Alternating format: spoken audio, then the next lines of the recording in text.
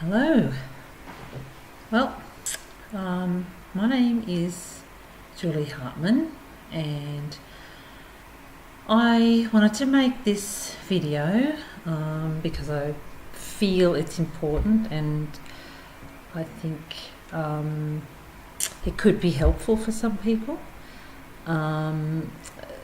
My story is really starting 4 years ago, when I was first diagnosed with cancer. So this is a story about my experiences so far with cancer.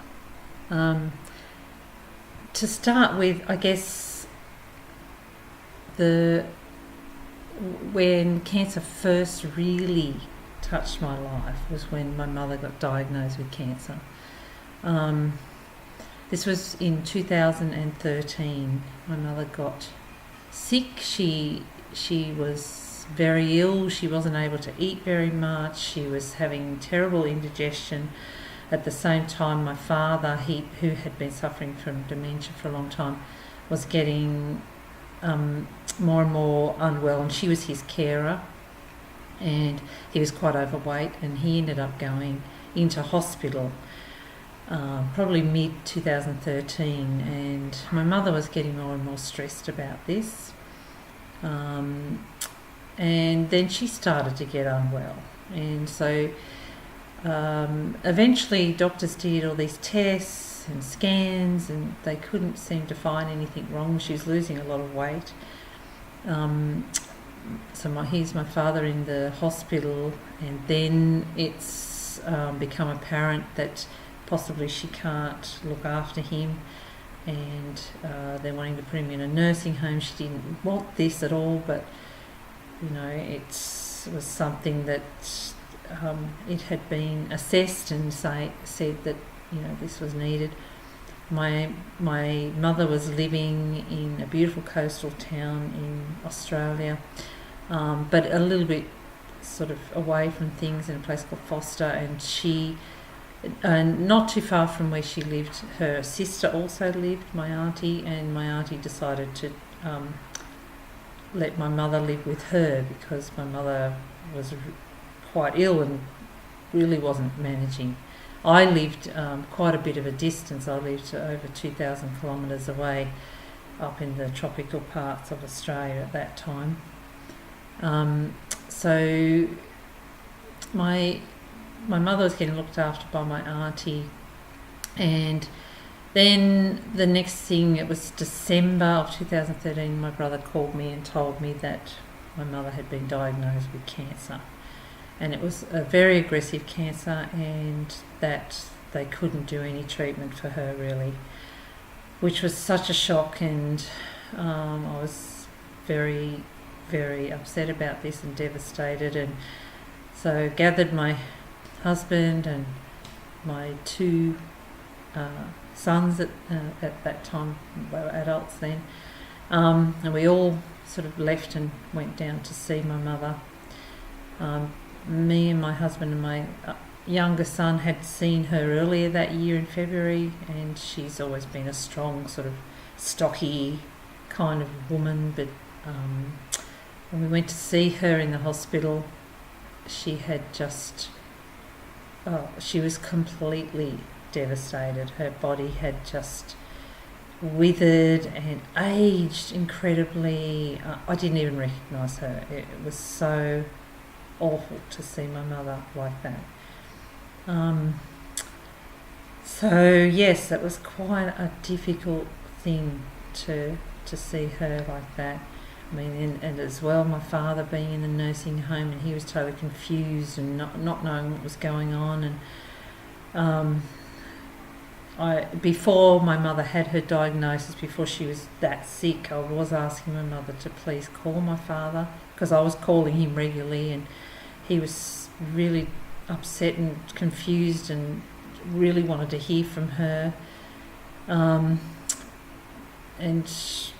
Unfortunately, my mother was clearly not in any more of a rational state, and she was sort of saying to the family I was upsetting her. Apparently, she never said this to me, but apparently to other members of my family, and this caused such great friction and hostility towards me during all of this time.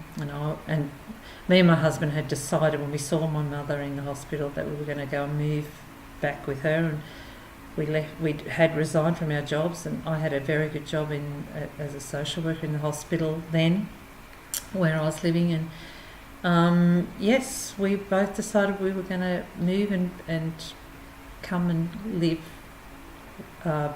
in foster where my parents were, and try and help the two of them during this really difficult time. And I really felt very strongly that probably my mother wasn't going to live very long, and I really wanted to see her as much as possible for whatever time she had left. And we were told by the doctors when we did go and see her that she would live for up to 18 months, and I kind of found that a little bit hard to believe, but that's what her doctor told us. So yes, me and my husband said, okay, well, we'll go and move back down there and try and help them as much as possible.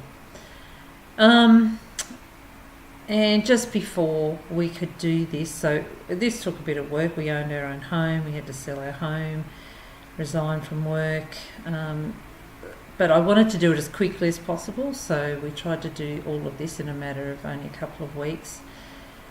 Just before we were about to move, my mother died, unfortunately, so it was 4 weeks after her diagnosis that she died. And this was so devastating.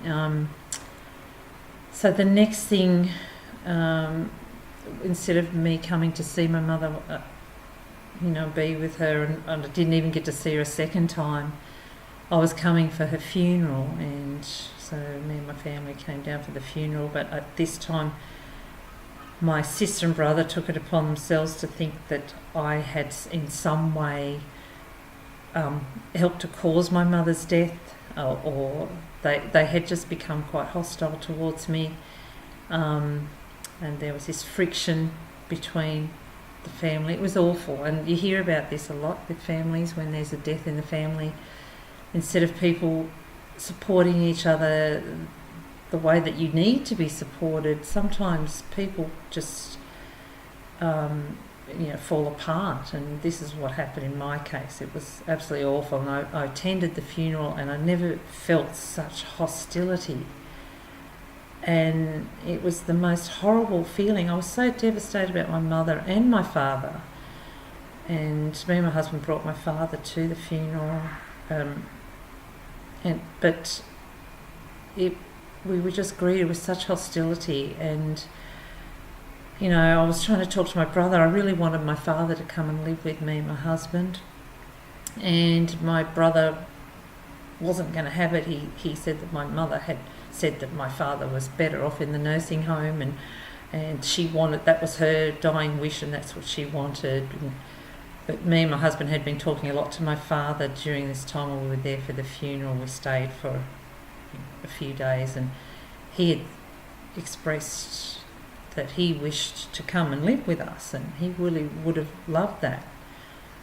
However, that wasn't to be. My brother won guardianship over my father, which was also another difficult thing that I had to experience, because I felt that my family were not really looking after my father's best interests, and I don't know what they thought I was trying to do. I don't know, that maybe they thought I was trying to get all the money from the family, not that there was a lot, I don't know. Anyway, it ended up that my brother got guardianship. He wouldn't let my father leave the nursing home and come and live with me and my husband. My father was so desperately lonely and constantly telling me this on the phone, and he so much wanted to be with us, and I just couldn't do anything, and it was really upsetting. But anyway, just to backtrack, just after my mother's funeral, just after we got back home, we ended up luckily telling our bosses that we didn't need to move anymore to foster, and we wanted our jobs back, and we got our jobs back, so that was lucky. But a week later, after my mother's funeral, I found a lump on my breast, and then I had, soon after that, a diagnosis of stage 2 HER2 estrogen positive breast cancer. And that was this, I just couldn't believe it with everything else that was happening, how all this awful stuff that was going on, and then this had to happen as well. And it was just the most devastating thing. I was just a mess, really traumatized by the whole thing. I was having panic attacks, and so luckily went to see an excellent counsellor who helped me through that. My doctors were pushing the chemo and radiation. I wasn't one that believed in doing that. I'd had changed my life around probably about 15 years before that, and sort of got very healthy, and that's another reason why it was a shock that I got cancer in the first place, was because I felt that I had really changed my life, my diet and lifestyle, and become very, very healthy and very health conscious, and here I was getting cancer.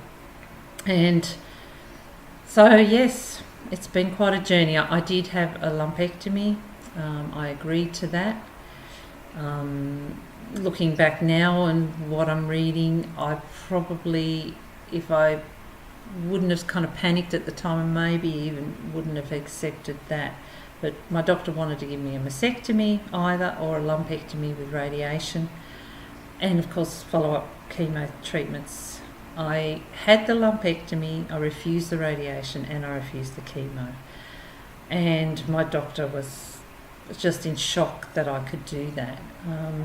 I went to see a functionalist doctor. I found one in Australia, and he happened to have a practice and came to Cairns once a month, and I wrote to him, and he accepted to see me, and with his help and the help of a excellent naturopath, we found all these things that contributed to the cancer. So, the trauma was one thing, definitely. It was an emotional thing, and I believe to this day that was the last straw for my body. That's really pushed me over the edge to get the cancer. But I found I had low vitamin D. I mean, we were living in Cairns in far north Queensland. It was too hot for me to go outside, and I didn't get out in the sun very much, amazingly, living in this sort of part of the world. But so I had low vitamin D. I had problem with methylation, so I found I had the MTHFR gene defect that meant that I didn't methylate vitamin B, and yes, there was other health issues, and clearly my immune system mustn't have been as good as what I thought. So I was addressing those things at the time, and I didn't really have any more scans or anything. I was really trying to push to see if I could get an MRI, because I just was so scared of radiation and these sorts of things now, having had cancer. So I didn't want to have CT scans or anything. But the doctors were not going to allow me to have MRI. If I wasn't going to have a CT scan, I wasn't going to have any scans. So this is the way it works in Australia. And so then I decided, okay, well, I'll have an ultrasound, see what happens with that. And I did have ultrasounds, and they didn't really see anything more. This was after my lumpectomy, like over a year later, just to see if anything was happening, because I didn't feel like I had anything wrong with me after that. I felt fine, and I had changed my diet again. I tweaked my diet again. My naturopath said, well, I was having a lot of milk products at the time. I was having protein shakes a lot before the cancer, and she was sort of saying to me, for estrogen positive or breast cancer, it's not recommended you have milk. So I went off all milk and dairy, and tried to do things much more healthily for me, for my body and for my needs. So yes, and then so that happened, and then in 2015, so I'm married to a Swiss man, and my 2 children were born in Switzerland. And so in 2015, after this happened, my Swiss in-laws invited me and my husband for a holiday in Switzerland, and yes, that was just amazing. I thought, oh, that's just what I needed, And so we went on this holiday and had an absolutely amazing time with the 2 of them. It took us to Italy and different places. But during this time, I noticed that my father-in-law was really struggling. He wasn't exactly the healthiest. He was 70 at the time, and he was quite overweight and still smoking. Not a lot of cigarettes, but he was. And he had some terrible coughing fits, I remember hearing, because we were staying in their home, and it was really just disturbing to me. But anyway, we had this holiday, and then not long after that, my father-in-law had some tests, and then they found he had cancer on one of his kidneys, and they removed this kidney. And then he continued to have tests, and then they saw that there was all this fluid on his lungs. And early 2016, they found that he had asbestos, cancer caused by asbestos. I forget the name, but it's quite a really devastating cancer. And this was another blow. And here's me and my husband living in Australia and thinking, now your father's got cancer. And I don't know, for me, after that holiday and then all of this happening, something was telling me that I needed to come back to Switzerland, and I really, really wanted to come back to Switzerland. With all the devastation, what happened with my family, my family were my existing family, my sister and brother, and other members were no longer in contact with me. I tried to contact them a couple of times, but they never responded. With everything was happening, I just felt I really needed to come back here, and so that was it. I was on a mission to come back to Switzerland, and my husband didn't really want to come, but even though his father was very, very ill by this time. And it ended up that we did. We sold our, then we had a flat, and we sold that, and with the money from that, we came back here with my 2 adult sons, and saw my father-in-law, and yes, he had lost a lot of weight. He really, you could so see this had really impacted him greatly. He wasn't one that believed in any alternatives, so he started doing chemo and radiation. The chemo nearly killed him while we were in Australia. We had contacted him, and he had been in hospital a couple of times because of the impact of the chemotherapy. He thought he was going to die, after the first lot of chemo that he had. But luckily he didn't, and we came back over, and he was, all the family, the Swiss family, said how thrilled he was. It was the first time he'd actually shown any kind of life in months, when he knew that we were all coming back. And we were coming back to live. It wasn't coming back just for a holiday. We were coming back here to live. And this obviously meant a lot to my father-in-law at the time. So then we were helping him with everything we could help him with. He tried a new immunotherapy treatment, which was Keytruda. Though he was told it could be, if there's a 70% success rate. If he's lucky, he would be in that 70%, and unfortunately for him, he wasn't. And actually, it seemed to make him worse after he had the treatment. So, yes, he then ended up laying on the lounge, not moving. He was a very big, strong man as well, a bit like my mother used to be. And still working at his age. He owned his own business, and quite a successful business. But of course he was no longer working while he was struggling with the cancer. So he just really gave up, and it was awful to see. And not only did he give up, he suffered so badly. he had to start taking painkillers, and after that he got stronger and stronger painkillers. He really went downhill until he died in April 2017 after a few months of battling and suffering quite badly. And it was awful to watch him die like that. And actually, his cancer never grew the whole time. His cancer actually wasn't the thing in my mind that killed him. It was the treatment that killed him. Maybe not everybody would agree with that, but that's the way it certainly looked like that's what happened to him. And it was awful to see, but we were there, we helped him, we were taking him from hospital, we were there, right up until the last days of his life, and helping him through what he needed us to help him with.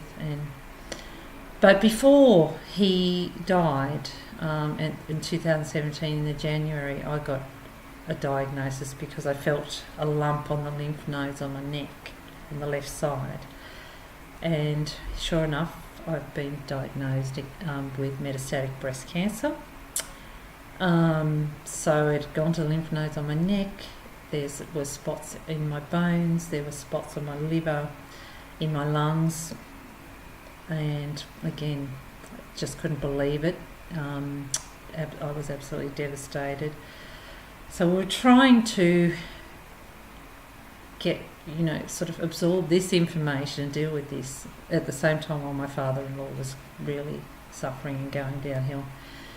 And yes, again, my doctors were wanting me in Switzerland. They were wanting me to have chemo and radiation and hormone treatment, and I refused all of those things. I thought, if I've got metastatic breast cancer, I maybe don't have all that long to live. In Switzerland, they don't tell you how long you have. And maybe that's a good thing. So I tried to just again do everything naturally. I wanted whatever time I have left, I wanted it to be quality time, and I really strongly believed if I had chemotherapy, it wouldn't be quality time, not for me. So I rejected it. And by the way, the fact that the cancer came back, I guess everybody can make up their own mind what they believe and what they don't. I know what I believe is the fact that when I had the lumpectomy, my doctor admitted at the time that he possibly didn't take enough margins around the lump, believing I was going to have radiation, which I'd never agreed to. So my belief is that the reason it came back is because of the surgery, basically. And some people might say, well, because you didn't have chemo and radiation. Okay, you can believe that. I don't. Do not believe that that's the reason. So anyway, so then I started fairly early on with mistletoe treatment. So there's a wonderful clinic here in Switzerland called the Arlesheim Clinic. It's in a town called Arlesheim. Rudolf Steiner created this clinic along with a lady called Ita Wegman. It's anthroposophic, so the doctors there are anthroposophic, and the nurses, and the whole way that they treat you is in the anthroposophic way, which is just the most lovely, gentle, warm, caring way you could have possibly imagine. Me and my husband and my two sons actually moved to a town close to this clinic so I can get my treatment there. So I've been getting that treatment. I've been doing my own natural things. I've been reading extensively, and I followed all of the Truth About Cancer series with Ty Bollinger.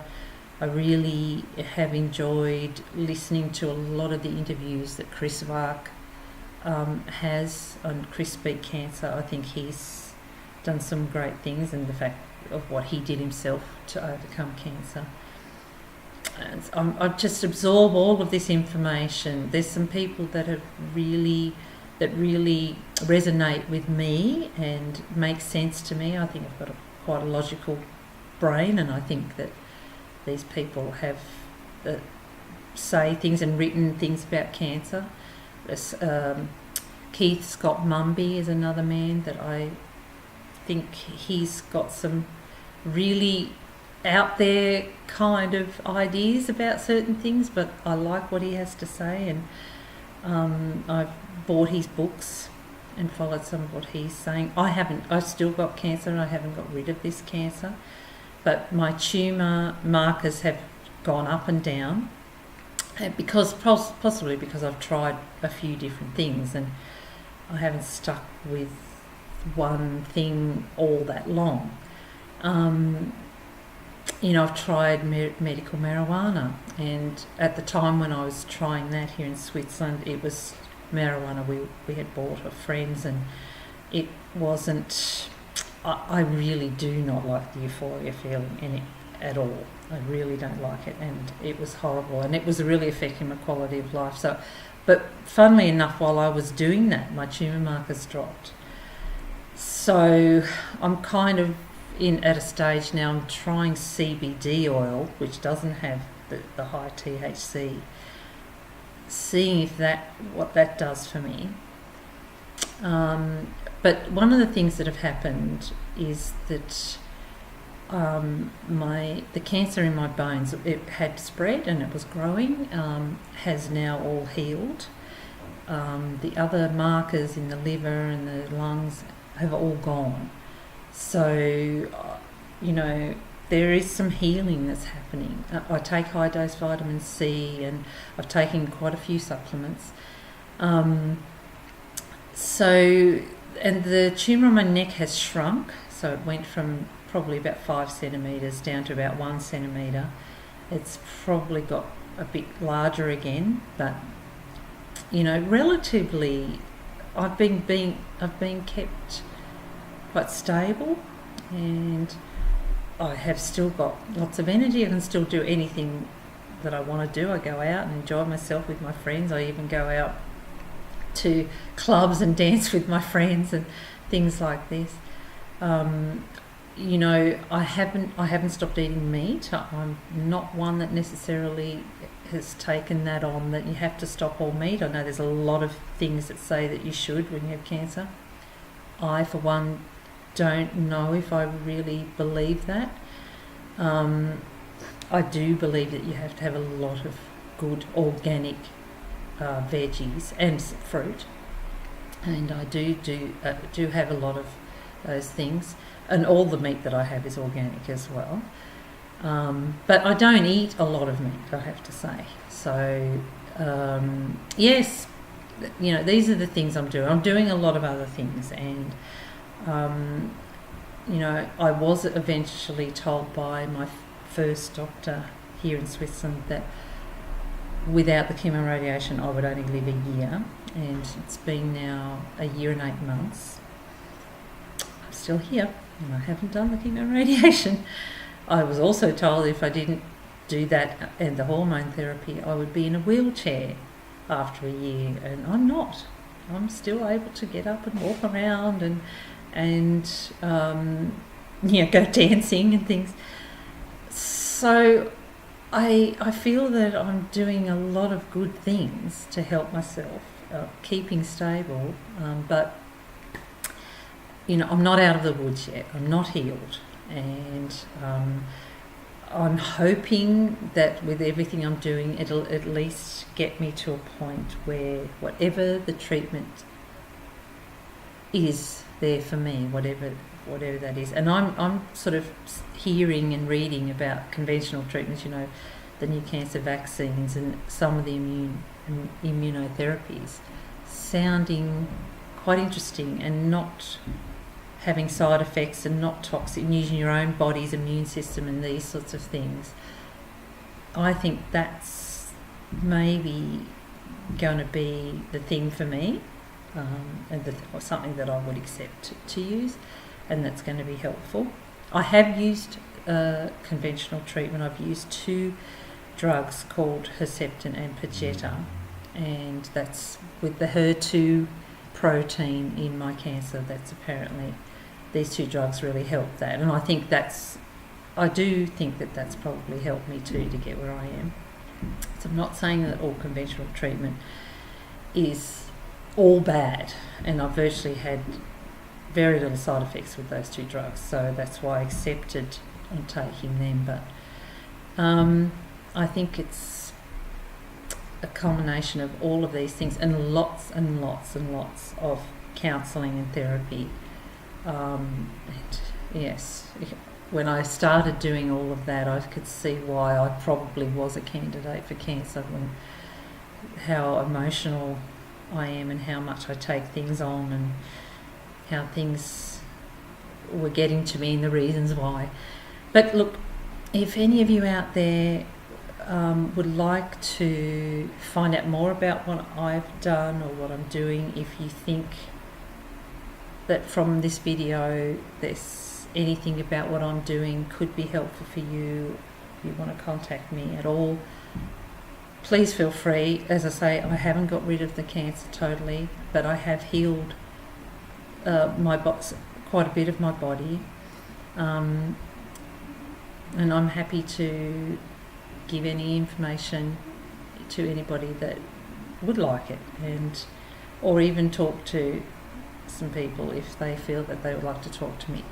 So you can contact me on my email address, which happens to be healthcrazy1@yahoo.com.au, and you can write to me, and I would be happy to hear what you have to say, and if I can be of any help, that would give me the greatest joy to help others. So thank you for listening, and take care and be well and be healthy. Bye.